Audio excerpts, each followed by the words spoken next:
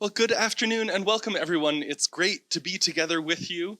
It's great to be with our new racial justice team. Yeah, I could not agree with you more. I can't help myself from saying, part of where we are as a church community emerging from pandemic is teams like this who got together last fall and said, hey, this is something that we care really passionately about and we should work on. So they got together, they asked for people to be a part of it, and then they started to plan. They asked, who are our partners in this work? So that it's not just us going it alone, figuring out whatever we want to do ourselves, but who's doing this effectively? And really quickly, Laura Coleman at the center brought to all of our attention partnership with the Boulder NAACP, which does a lot of great work organizing churches. And that's what brings us to this conversation. The Boulder NAACP is encouraging congregations and communities around the county to read and engage with this book, Heather McGhee's The Sum of Us, that looks at the intersection of race and economics in America. One of the things that I so appreciate about this congregation, about this group, is a sense that there is no magic thread that if only we solve this one problem in society, everything else is going to fall into place and be fine.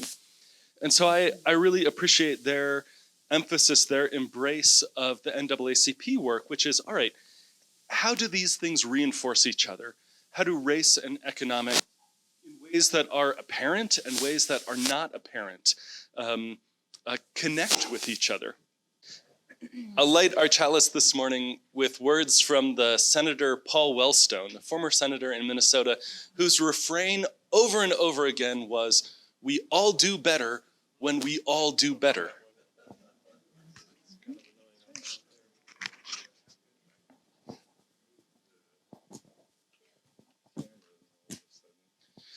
We all do better when we all do better. So my name is Mary Friedrichs, and my pronouns are she, her, hers. And I do this work because I think it is so unfair that if I were born with a different color skin, my whole life trajectory could be very different. Certainly, certain aspects of it would be very different and not as good.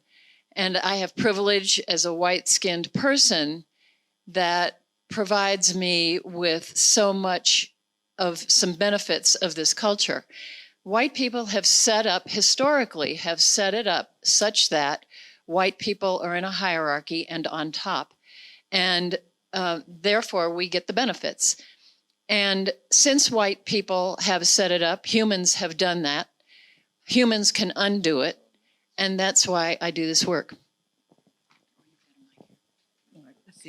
Can you hear me all right? Okay. I'm Clyda Stafford. My pronouns are she, her, and hers. And I'm here because, well, it's almost hard for me to talk about. I grew up in the middle of a very rural area in northeastern Arkansas, and there weren't many blacks in that county.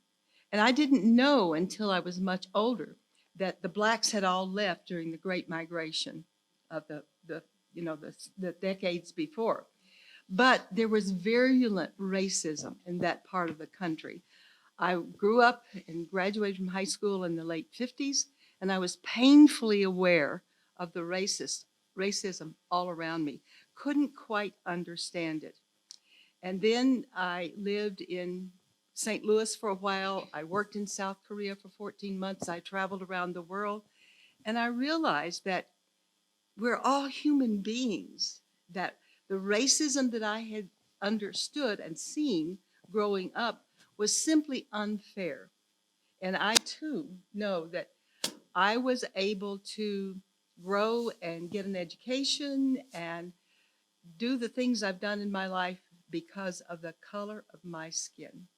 Had I been born black in that place, I would not be the person who's sitting in front of you. So that's why I'm here. I'm Laura Coleman, she, her, hers. And I've been trying to combat racism my whole life, my adult life. And it doesn't seem to have worked. I was working in policing in Memphis, Tennessee, a year and a half ago. And so I'm hoping to find new ways to work at addressing the systemic injustice built into how our society works.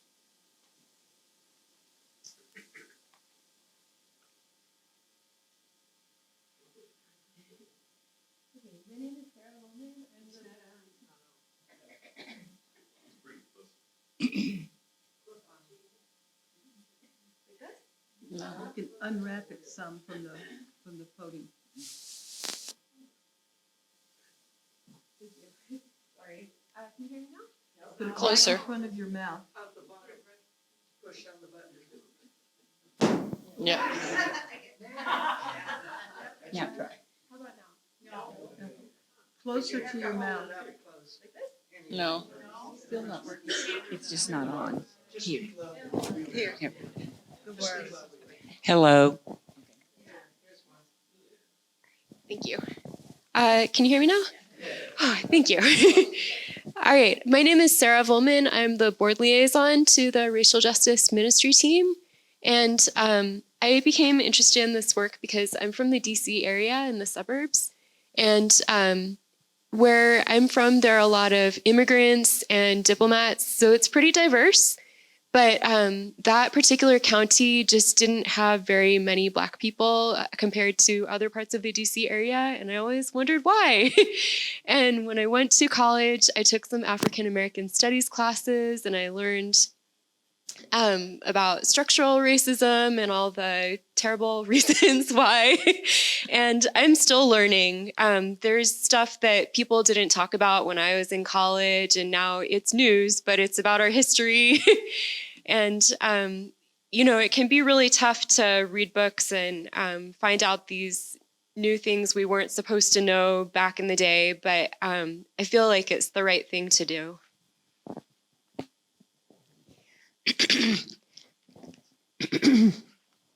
So I'm Barbara Malafezi, and we agreed to tell you why this work is important to us personally. So I grew up in small towns in Massachusetts, and there was no diversity. But then I went to Boston University, and I spent my 20s and 30s in Boston and Cambridge in a multicultural city, which I loved. I learned from the people of color that I was closest to that we might live in the same reality, but theirs was so different from mine. Sometimes in ways that I had no awareness of. They had to develop an alertness to prejudice, discrimination, hostility, threat, and always to be alert and on guard. So yet again, I take up this work for them.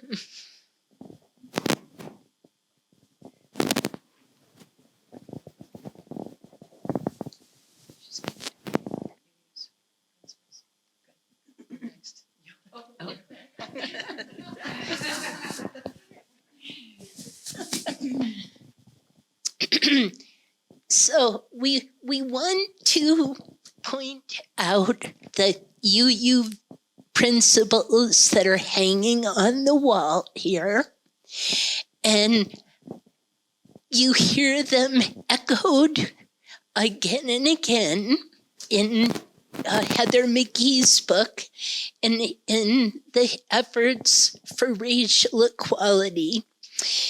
So we'll refer to them when we come to the discussion points. generations of people have prayed, marched, demonstrated, suffered for racial equality.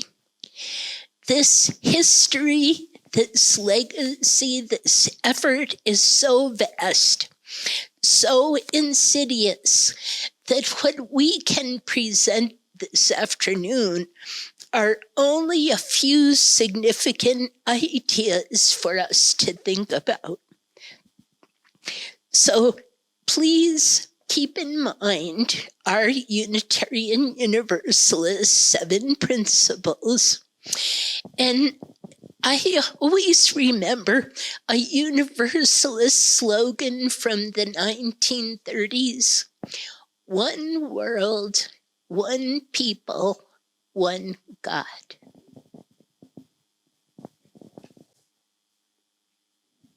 So I'm going to give an overview of zero-sum theory, particularly in the context of race relations, as Heather McGhee talks about in The Sum of Us.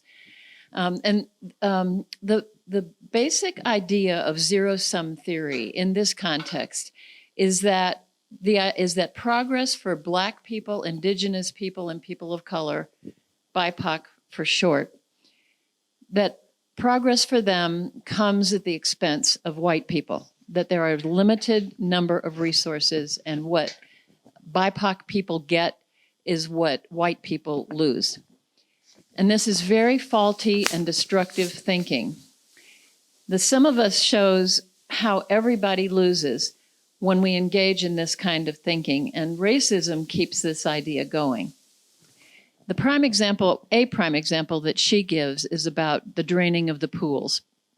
She talks about how in the early part of the 20th century, there were pools, public pools established in many communities, and particularly in the South, when it came to Black people trying to swim in the pools, that white people became very upset, saw this as tainting the pool water, and they closed the pools. Some cases, they actually filled in the pools with cement. And in some cases, they gave the pools to private clubs in order to prevent integration. But that's a prime example. That's her kind of metaphor. It's a real life example, and it's McGhee's metaphor for how everybody loses, because white people couldn't swim in the pools either once they closed, although they could go to private clubs. There is an example of such a pool in Lafayette, Colorado in 1936. We had one that got closed.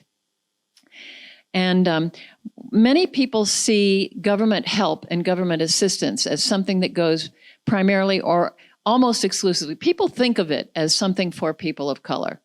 It's like welfare is perceived and just thought of. And if people get more serious about it, they might say, oh yeah, well, there's some white people that get it. But really, the truth is that the majority of people who receive government assistance in this country are white. We have been in the United States historically stingy in doing any kind of public programming and by public funding of programs. And one of the reasons for that is because it is perceived as something that happens for people of color. So things like infrastructure, public schools, Social Security, Medicare, Medicaid, these are examples of public funding. And we have just been very, very stingy with expanding rights or expanding resources for them. And one of the primary reasons is because of racism. McGhee therefore sees this public funding of things and racism as actually driving inequality in our country. Systemic racism was built into our country and its system from the start. To be a citizen, right from the get-go in the Constitution, you had to be free and you had to be white.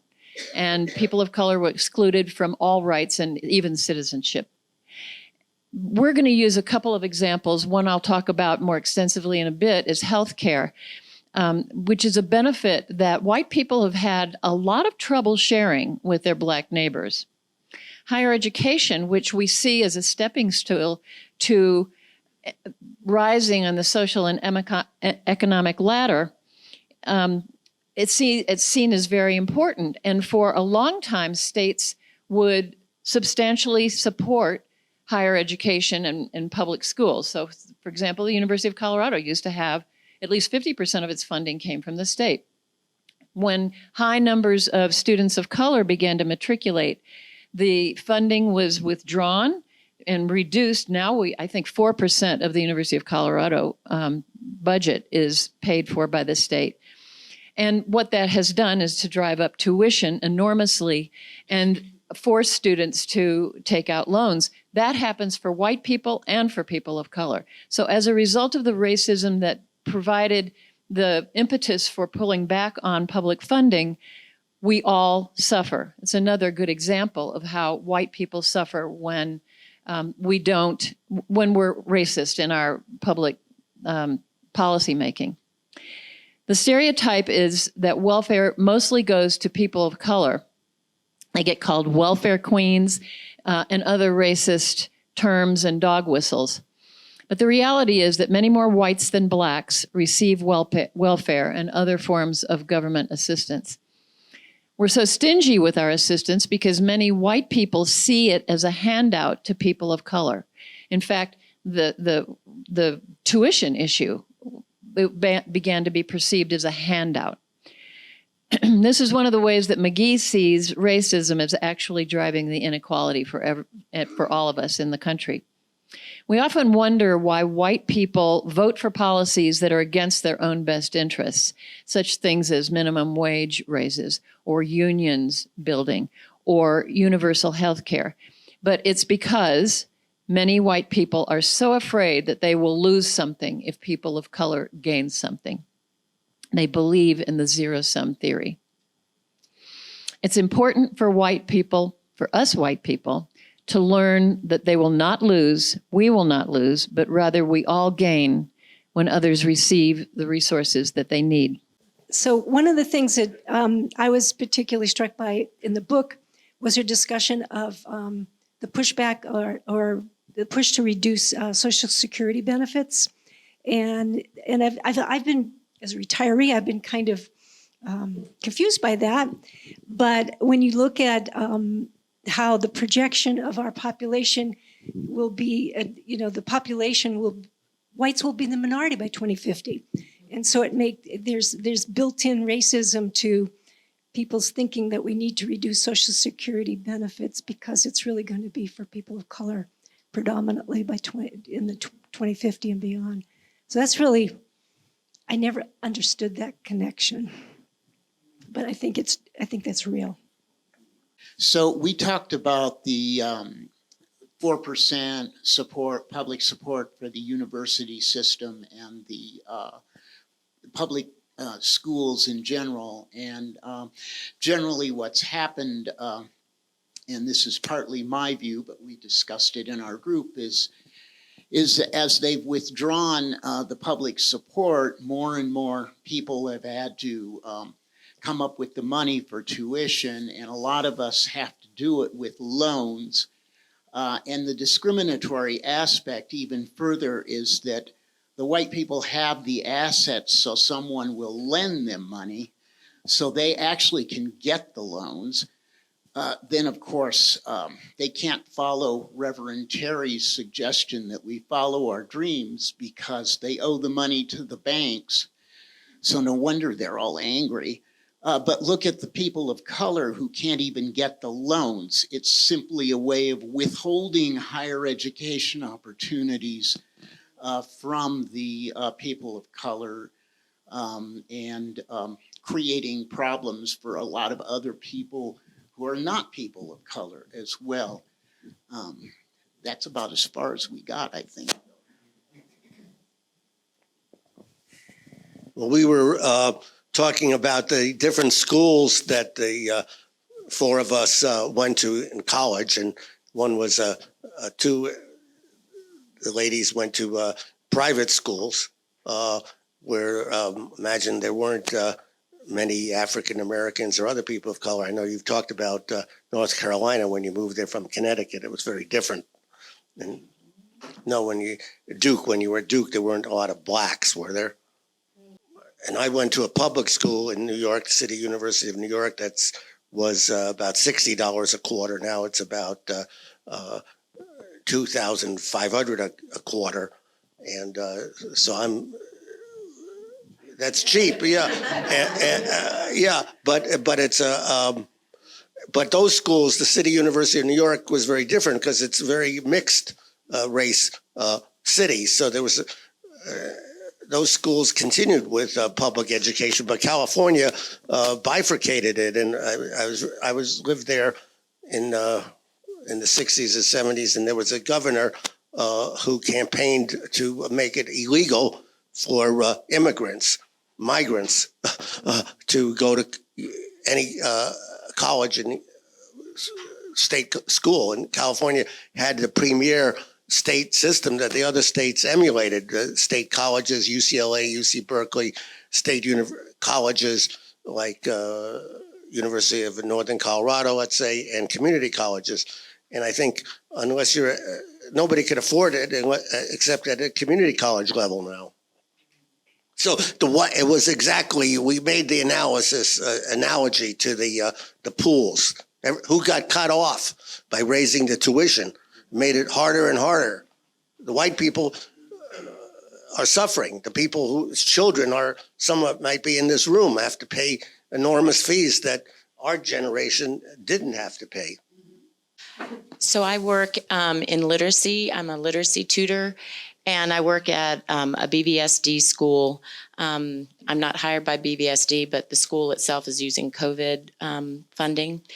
And I've seen this year how working in the middle level, 6th, 7th, and 8th grade, they do not have an instructional coach. So I am sort of stepping in, filling in this void.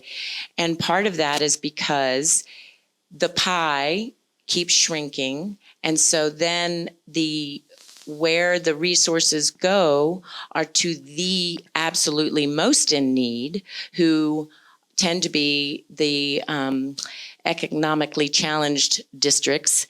And so that actually pulls from everybody, because now there are children in 6th, 7th, and 8th grade who can't read, and they are white, but their resources are not available to them because the pie has shrunk, and it's going to where there are more people who can't read.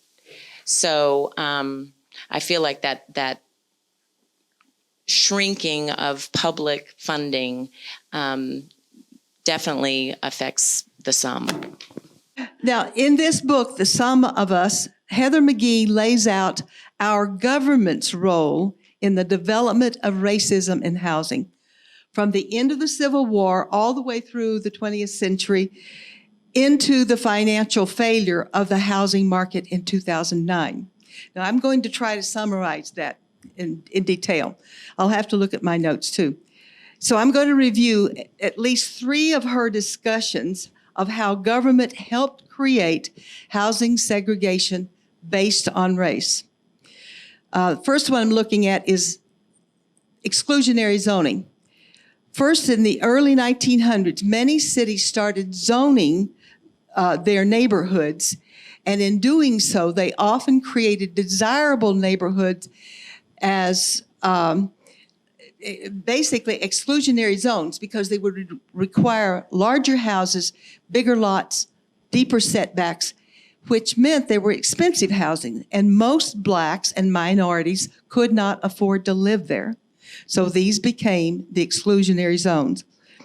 Then during the New Deal in the 1930s, the federal government made loans to homeowners who were in foreclosure. Of course, this was a depression.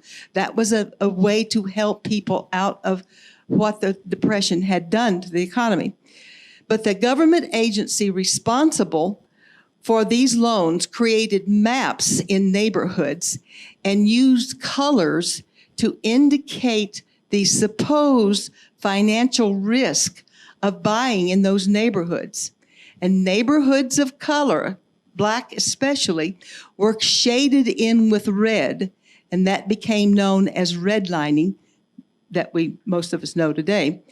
And they did that in order to advise lenders not to invest in those neighborhoods.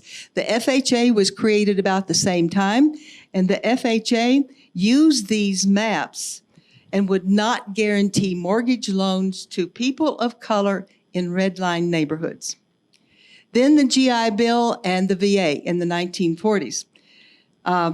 That agency was often racist because they would steer Black people and people of color into poorer neighborhoods, therefore getting lower loans, and veterans into poorer colleges and therefore getting lower loans and getting worse situations for it. McGhee points out that such government actions facilitated white wealth and prevented Black wealth. And she says that government-backed racial segregation in housing was the very beginning of the wealth gap that we're familiar with today. In 1968, the Fair Housing Act brought about some fairness because it outlawed discrimination in the lending by banks.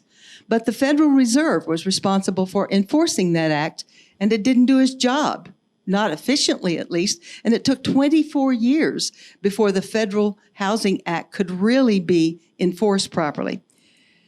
Next came a Supreme Court case in 1978. It was a case on the deregulation of interest rates. And when that happened, it brought about a wave of deregulation in the finance industry. So by the mid-1990s, the financial sector was the greatest producer of profits in all the economy of the United States. Also in the mid-1990s, a bipartisan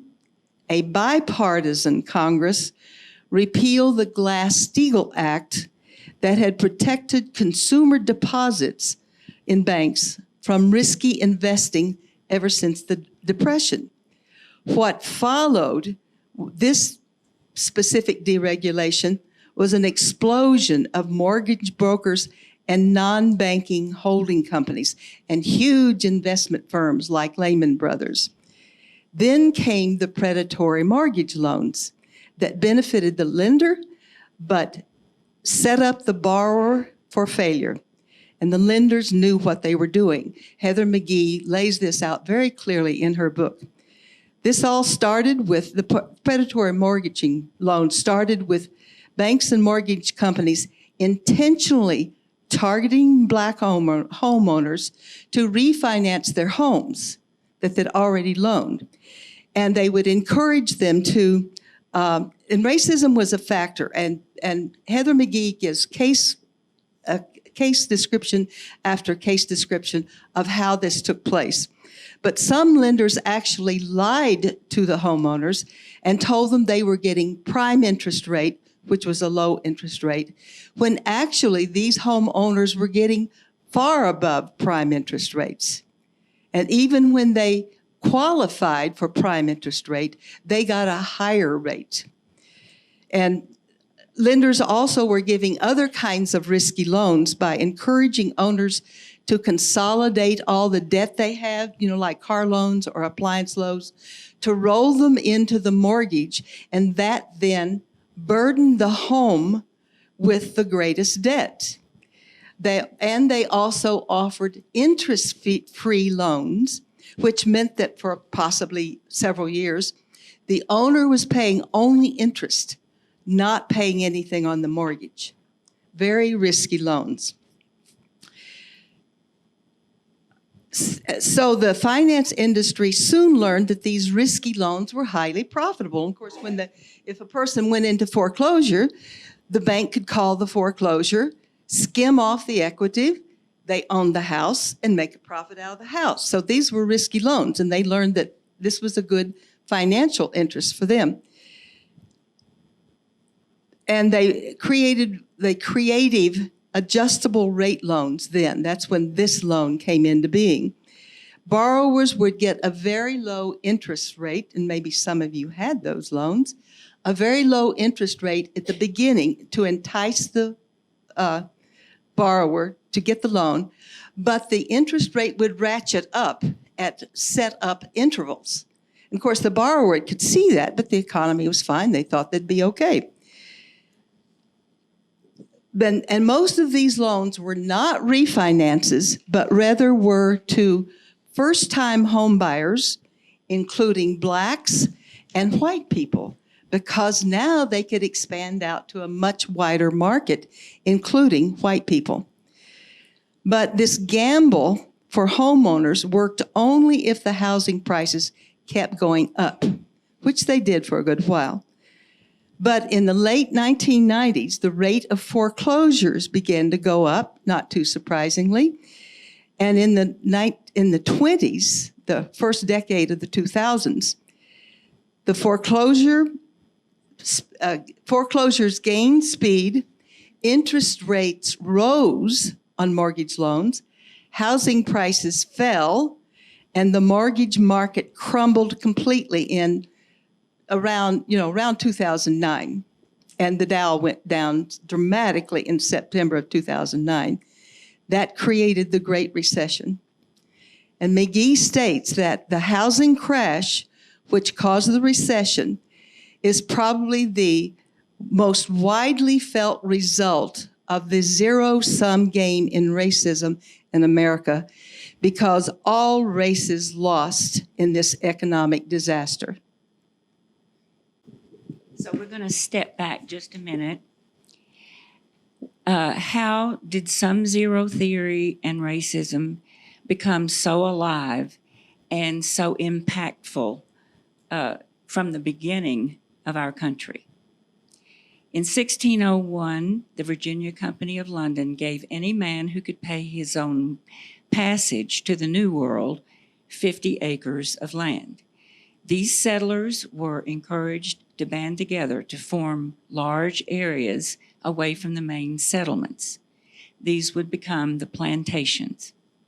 The same company also gave free passage to the New World to men who would agree to work 4 to 7 years in exchange.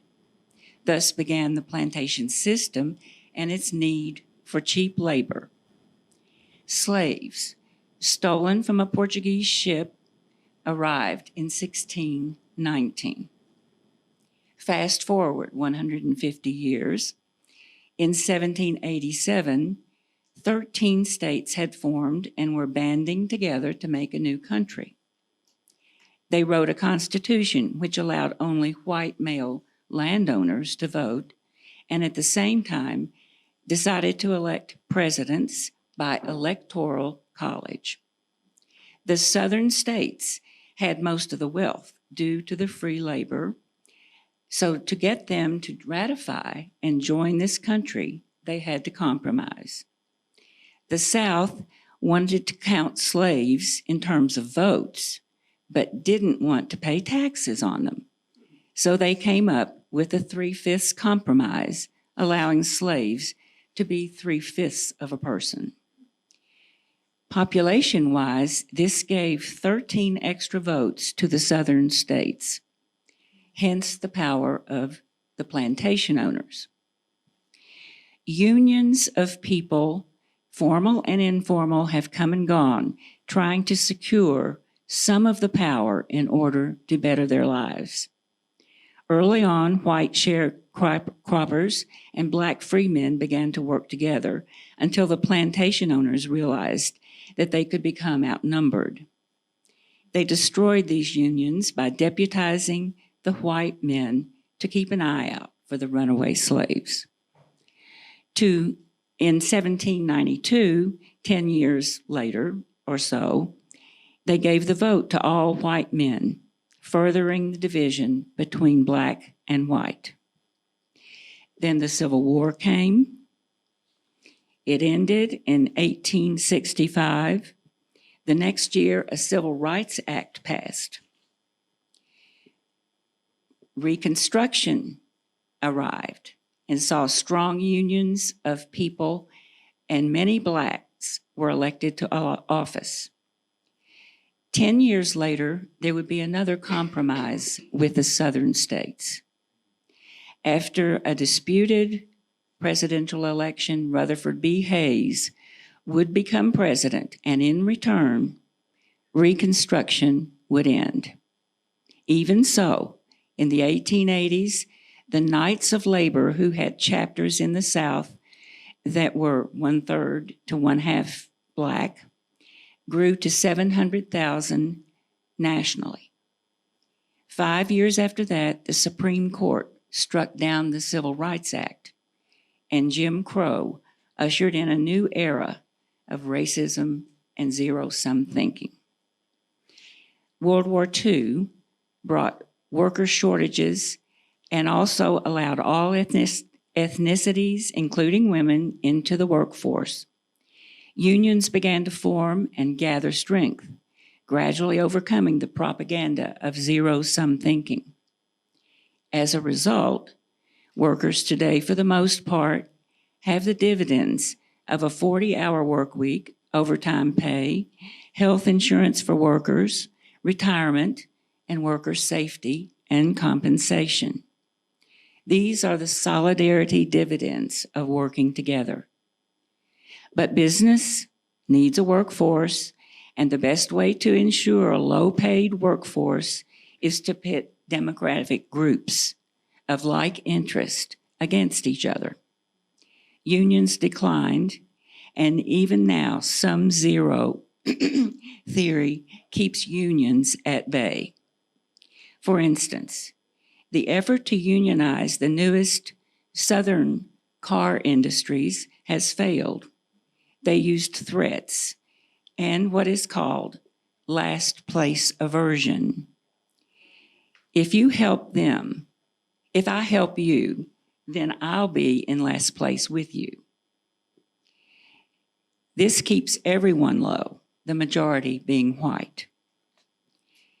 More recently, however, the fight for 15, a coalition of all races to raise the minimum wage, has been successful in places, putting $68 billion in the pockets of 22 million of our lowest paid workers, the majority being white.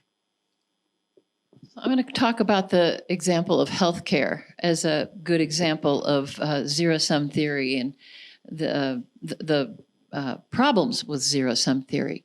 And to my mind, healthcare is one of the easiest examples to understand in terms of how when everybody gets some healthcare, universal healthcare, all of us benefit.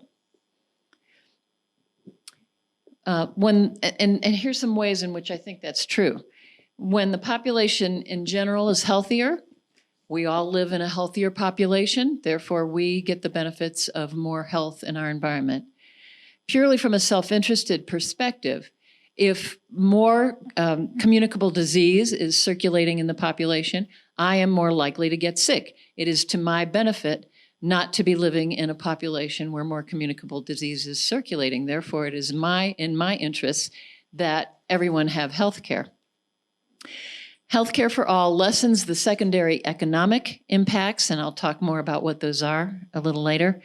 It improves the lives of children whose mothers have access to prenatal care, and it reduces the stress that the lack of healthcare brings, thus improving people's mental health and other health outcomes. Healthcare is a policy area which works best as a collective endeavor. And that's also probably why we in the United States do so poorly with it, because we don't generally like to do things in a collective way. Even insurers talk about the benefits of a greater risk pool. So they point out that the more people who are insured, the less the impact on any one person who needs higher healthcare costs. We've historically resisted universal solutions, and racism has played a huge role in that. Truman tried to bring about universal health care in 1943. The beneficiaries of his plan would have been almost a very high percentage white people, because 90% of the people in the country at that time were white. But the threat of sharing national health insurance with even a small number of Blacks and Brown Americans helped to doom the plan from the start. So currently, these days, one of the examples of this is dealing with Medicaid expansion. So let's talk about Medicaid expansion and what's happening there. The Medicaid program has added coverage for 15.7 million low-income Americans since 2014, and that came with the ACA, Affordable Care Act, or Obamacare. But in a compromise due to racism, Medicaid was left to the states to administer, and as a result, 12 states refused to accept the Medicaid expansion. I can tell you what those states are, but you probably have a good idea. The only one that's actually not a purely red state is Wisconsin. It's getting redder, it seems. If we added all 12 states to the Medicaid rolls, we would have 3.7 more million people this year added to being recipients of Medicaid. So the distribution of Medicaid, and this is statistics from 2021, 39.5% of Medicaid recipients were white, and of those, and 19.3% were Black. The rest were other people of color of various races. But the important piece in my mind, one of the important pieces, is that 56.8% of the kids on Medicaid are white. The AMA lobbied very strongly against any kind of universal health care. They call it socialism. And this is the boogeyman that's been used in pretty much the right-wing pushback on all progressive policy propositions in the last, 200 years probably. And the problem was that it had a racist component. It tapped into people's fears about what it would mean to mandate equality with people of color, and that is it was an end to white supremacy. So positive impacts of accepting Medicaid expansion are, and have been, decreased uninsured rates, and particularly in rural areas, because there's been a very large disparity between rural and urban coverage in healthcare, and that has reduced that disparity.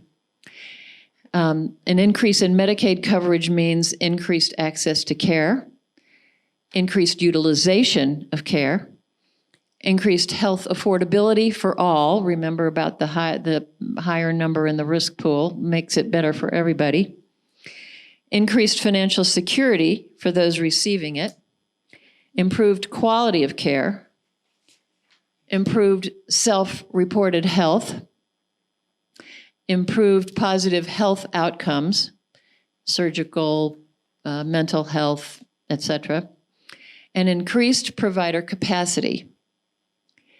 And then there's, and to me, this is really an important piece when we are talking about the intersection with the economy. There have been many positive secondary benefits. For example, people who have, when there's increased numbers of people on insurance, which in this case is Medicaid, you have increased disposable income for those who receive the Medicaid benefit. You have increased interaction with health professionals. You have increased gains in food security, and we know that food security across the country is a big issue. Food insecurity is a big issue. You have increased financial well-being and child support. And importantly, you have increased housing security. So people who get Medicaid, who are low income to start with, or they wouldn't be getting the Medicaid, have food insecurity often, they have housing insecurity, both of those things get helped. We are all better off when these health and economic measures are improved. And as Reverend David said, in the words of Paul Wellstone, we all do better when we all do better. I was mentioning to my group that I read this book last year, and there's a lot of information in it, so I really appreciate some of the reminders of the topics. But I was mentioning it, the one topic that I felt when I was reading the book the most angry about for days, I just had this very visceral reaction, was reading about the housing crisis in 2009, how completely deliberate it was, how predatory it was, confusing it was for people to try to understand what they were being told and lied about. And then also this gentleman here was just talking about how there was very, very little accountability. There was very, very little criminal charges brought against anybody. And this was criminal behavior that destroyed people's lives. It destroyed not only, they lost the homes that they had, but they lost the ability to pass on generational wealth to their children, which is a huge topic. Anyway, I can really feel it even now, that how much that impacted me, that part of the book. It was so wrong on so many levels. They actually practiced on Black homeowners before they went whole hog to everybody.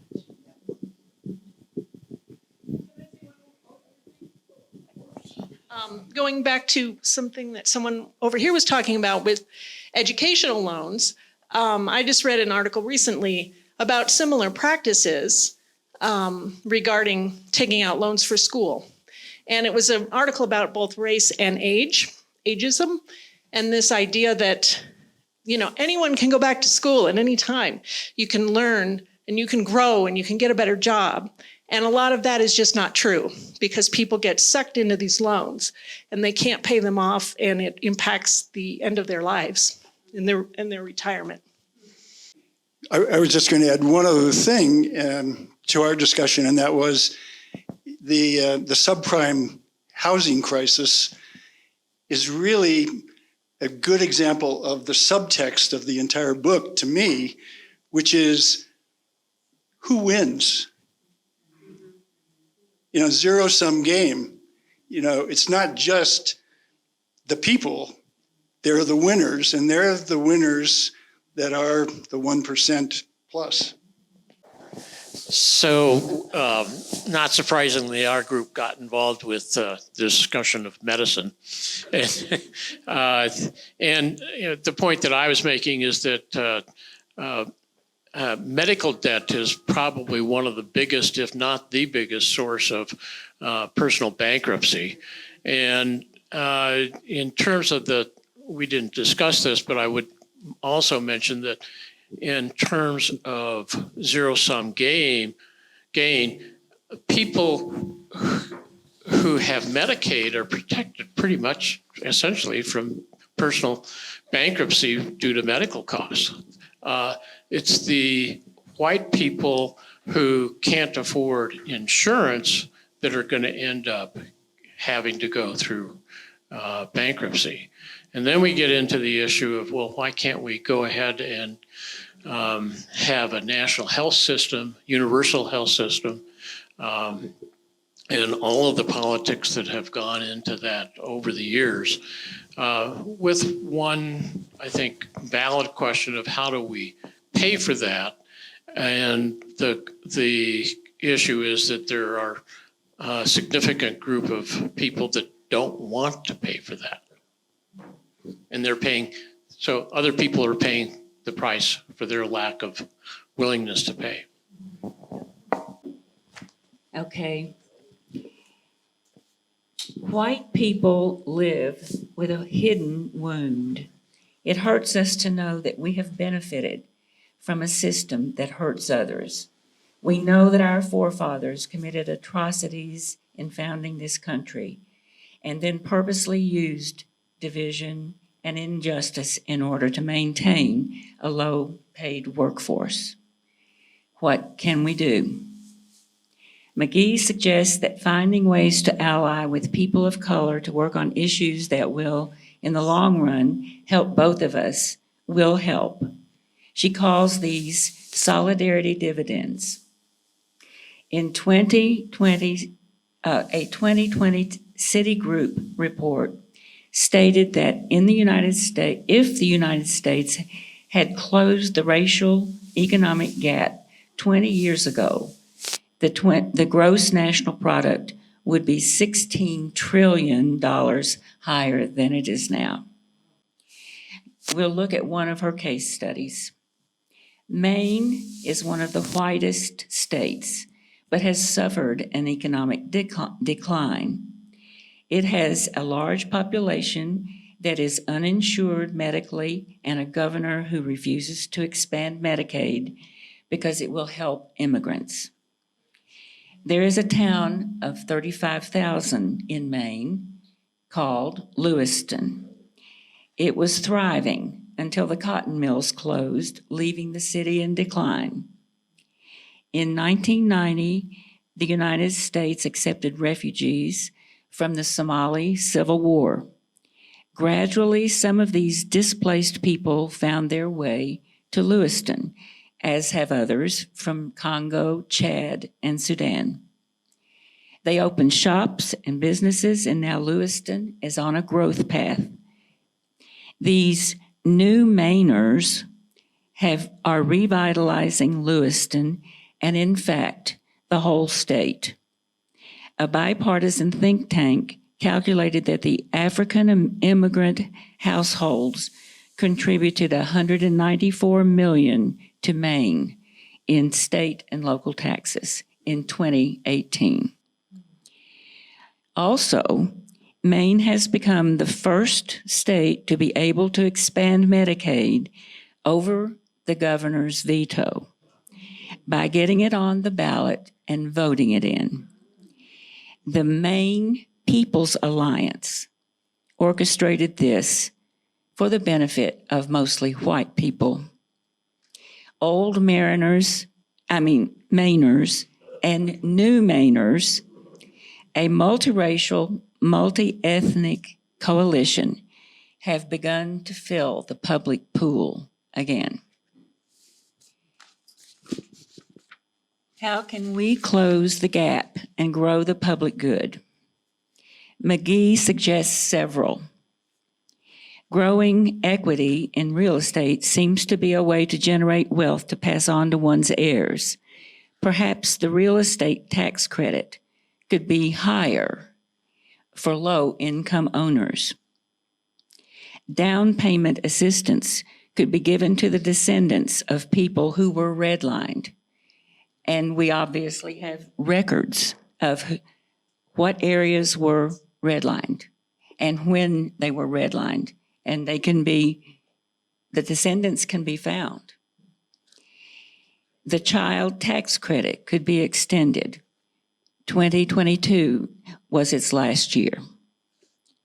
12 states have put restrictions on what can be taught in history about race.